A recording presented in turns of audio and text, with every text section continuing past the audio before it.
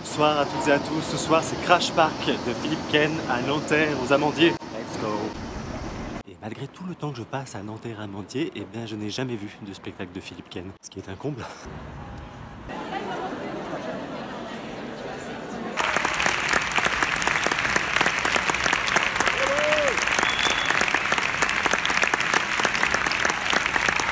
Ça m'a complètement donné envie d'aller à la piscine, toute cette flotte, j'avais envie de plonger. Donc il y a un avion qui se crache. Ah oui, un avion qui vole dans la salle au début, en mode grosse scène de film, mais de film genre gros film populaire. Avec le bon effet, la musique, musique comme ça qui a une montée lyrique, dramatique. Tu sais pas trop si c'est Mylène Farmer qui va entrer en scène ou s'il va se passer un truc incroyable dans le film. Et là, on se retrouve donc sur une île avec ce crash d'avion, avec les pires naufragés de l'histoire des naufrages. Pas des naufrages, des crashs. Parce qu'ils sont complètement en mode touriste au début. Ils sont accrochés à leurs valises, ils se suivent en mode visite de l'île égale visite du Louvre. Et puis il y a une habituation à ce nouvel espace, à ces nouvelles conditions de vie. Il y a plein de changements de costumes. On passe des habits de naufragés à des habits en feuilles, de bananier, en pirate aussi. Ce qui est hyper agréable, c'est de se laisser porter dans un univers complètement onirique, où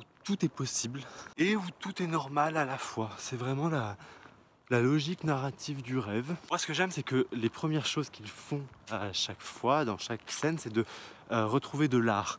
Rien qu'au début, il y a toute une scène de percussion sur les valises et sur des morceaux de la carlingue de l'avion. Après, il va y avoir une grande scène de danse, de ballet, beaucoup de chants lyriques, beaucoup de musique de manière générale. J'ai quand même mis 15 minutes avant de voir que le piano jouait tout seul, sans pianiste. En fait, c'est un spectacle où on retrouve l'humain dans toute sa primitivité et dans la reconstitution aussi de ses rapports humains. Il y a très peu de langage. Il y a cette idée de recréer un monde, de recréer une société avec ses codes, et à la fois c'est complètement what the fuck, enfin la boîte de nuit en plein milieu de l'île. Mais vraiment, ce que je retiens, c'est le fait que tu te laisses embarquer et tu te laisses surprendre aussi. Parce que c'est tellement imprévisible que finalement tout devient presque prévisible d'une certaine manière, c'est-à-dire que rien ne t'étonne. Le seul défaut, c'est quand même que ça dure 2 heures et toutes les scènes sont très longues, et je trouve qu'à chaque fois, sur chaque scène en tout cas, il y a au moins 3-4 minutes de trop. C'est-à-dire qu'on aurait bien regardé le spectacle